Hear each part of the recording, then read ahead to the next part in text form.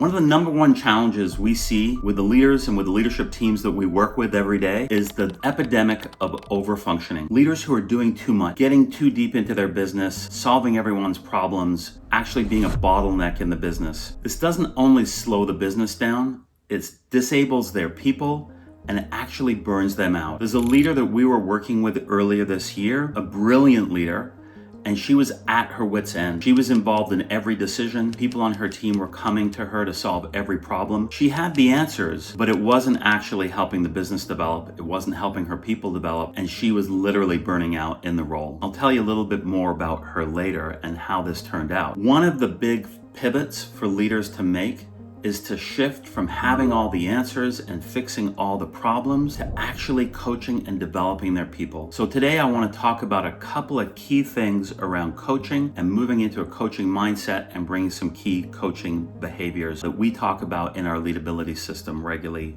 with teams that we work with. So as with everything, it starts with mindset. When we go in and we bring our leadability system into organizations, the first thing we do with leaders in the inner leadership program is we talk about the key mindsets that they need to be successful. And one of those mindsets is curiosity. Now, you probably heard people talk about curiosity before, and it's easier said than done, but this is actually going into every situation with an open mind, really curious, not just about the business or about the details of what's going on, but curious about the person that you're interacting with. How are they thinking? How are they engaging with this challenge or with this opportunity? How could they think differently? And so coming to this table with a curious mindset not only allows the leader to step back and not just jump into the doing or the fixing, but it allows them to open up new thoughts, new ideas, and new ways of functioning for their people, for their reps, whatever the situation may be. If we take a curious mindset and we then turn that into behaviors, one of the key behaviors that we want to talk about is active listening. Again, active listening, I'm sure, is something that you've heard about.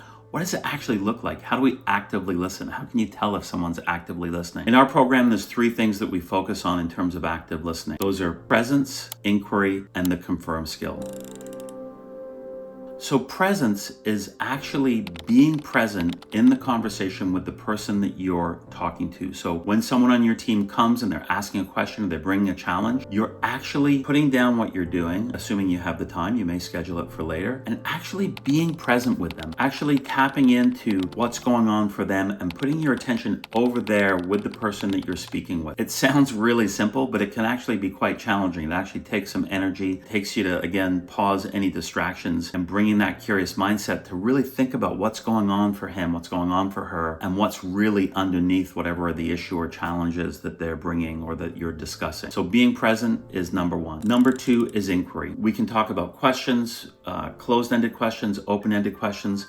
But again, with that curious mindset, we want to go in there and not just ask about the details, not just ask about what have you tried, but how are you thinking about this? How are you feeling about this? What assumptions do you have around this situation? What other options do you have here to move the situation forward and almost move it into kind of a brainstorming conversation to widen the aperture and get the person that you're working with to think more broadly and more deeply about whatever the situation is that they're dealing with. The third one that we want to talk about, and I think of this really is the secret weapon of coaching, is bringing the confirm skill. The confirm skill, or some people call it paraphrasing, is where we play back what we've heard the other person share. Now, of course, we're not going to parrot back exactly what they said. That would be a little bit annoying. But when we've been talking with someone for a couple of minutes and we've gathered some data and we've gathered a little bit of insight into what's going on for them, we play that back to them with the confirm skill. So, hey, what I'm hearing is you're feeling stuck here because of this, or what you're really trying to accomplish here is this. And when we use the confirm skill, it's really important that after we confirm, we stop and we're silent. And this gives a couple of things. It gives the other person time to actually tell us whether we got it right. Yeah, that is what I'm challenged here with, or that is how I'm feeling about this. It also gives them a chance to share more information, which is what often happens here is they hear their own ideas played back to them. That triggers new and deeper thought. Then they come back with, yeah, that is how I'm feeling, but there's this other thing we haven't talked about. And all of a sudden we open up a whole other avenue of inquiry and a new insight for them. And also the confirm skill is really respectful. It lets them know that we've heard them.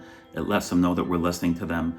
And that often feels good. So if we bring presence, if we bring inquiry with great questions, and then the confirm skill to play back what we've heard and give them a chance to respond and go deeper. This allows them to suddenly come up with their own ideas, and with that brainstorming, they're going to have action that they're going to be very connected to. They're going to be much more excited about this than just hearing your quick fix or your answer. The person I was talking about earlier, the leader, we worked with her to implement this mindset and these behaviors, and it had a massive impact, not just on her, but on her people. They were more accountable. They were owning their own problems. They actually started coming to her less because they started going through this process on their own, but it wasn't her fixing all the problems. She's now actually sleeping at night. Her stress level is much lower. She's able to focus on the more strategic work that she's actually paid to do, and it's had a really big impact on her and the business, and it's been really fun for us to see this. So coaching skills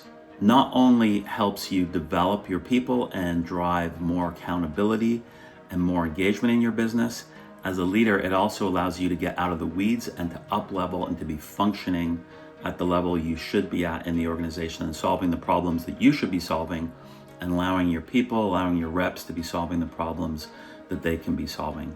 So as you go back into your business, I want to challenge you to pause, take a breath, tap into that mindset of curiosity, be very present with people, ask a couple more questions, use the confirm skill, play back what you're hearing, and see how that works. Let us know how this goes for you in the comments. I'd love to hear your questions or your comments. Thanks very much.